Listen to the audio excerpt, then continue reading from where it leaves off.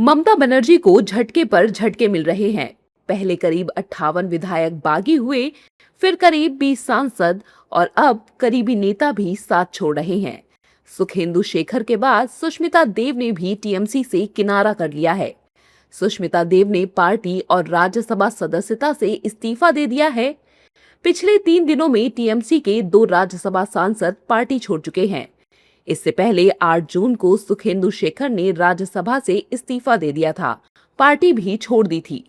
सुष्मिता देव का कहना है कि अब वो टीएमसी में नहीं है, लेकिन उनकी राजनीति जारी रहेगी। देखिए, राजनीति तो जारी रहेगी। राजनीति करने के बहुत तरीके हैं, पर मैं चाहती हूँ कि आसाम के लोगों की सेवा करूँ। सुष्मिता देव का कहना है कि वो ममता बनर्जी के बारे में कोई टिप्पणी नहीं करेंगी, लेकिन उनके बयान साफ कर रहे हैं कि उनका फ्यूचर स्टेप क्या होगा।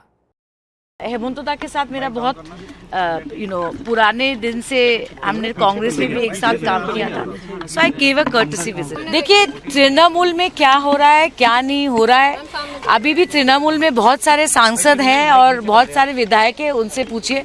मैं तृणमूल छोड़ चुकी हूँ और मैं ममता दीदी को लेकर कोई कमेंट नहीं करना चाहती।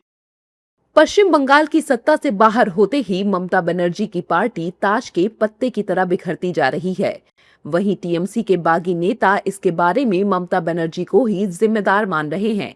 टीएमसी की बागी सांसद शताब्दी रॉय पूछ रही हैं कि चुनाव में हार पर मंथन क्यों नहीं हुआ, किसकी वजह से हार हुई, ये जानने की कोशिश क्यों नहीं की गई।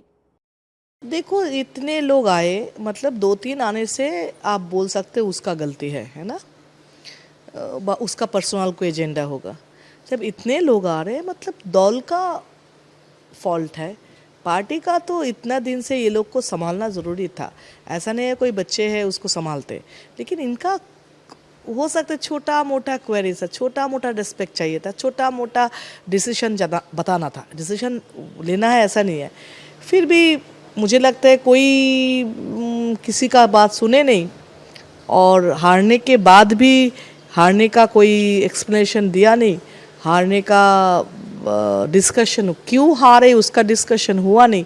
अगर हारने का डिस्कशन नहीं होगा तो अगले बार आप जीतोगे कैसे। वहीं छत्तीसगढ़ के पूर्व उप मुख्यमंत्री और कांग्रेस नेता टीएस सिंहदेव ममता बनर्जी का समर्थन कर रहे हैं और साथ छोड़ने वाले नेताओं को अवसरवादी बता रहे हैं। और जिन लोगों ने उनका साथ छोड़ा, ये उनको बहुत गिरी हुई स्थिति में दिखाता है। एक बहुत अवसरवादी मानसिकता से जुड़े हुए लोग ही सत्ता के, यानी लोगों से उनको मतलब नहीं था, टीएमसी की नीतियों से मतलब नहीं था। अभी जो भी वो बातें, जो भी बहाने कर रहे हैं, वो जो हॉस्पिटल में दुर्घटना हुई थी, बड़ी दुर्घटना हुई थी, उसका हवाला दे रहे हैं, तो उन लोग को उसी समय छोड़ना था, उसी समय विरोध करना था।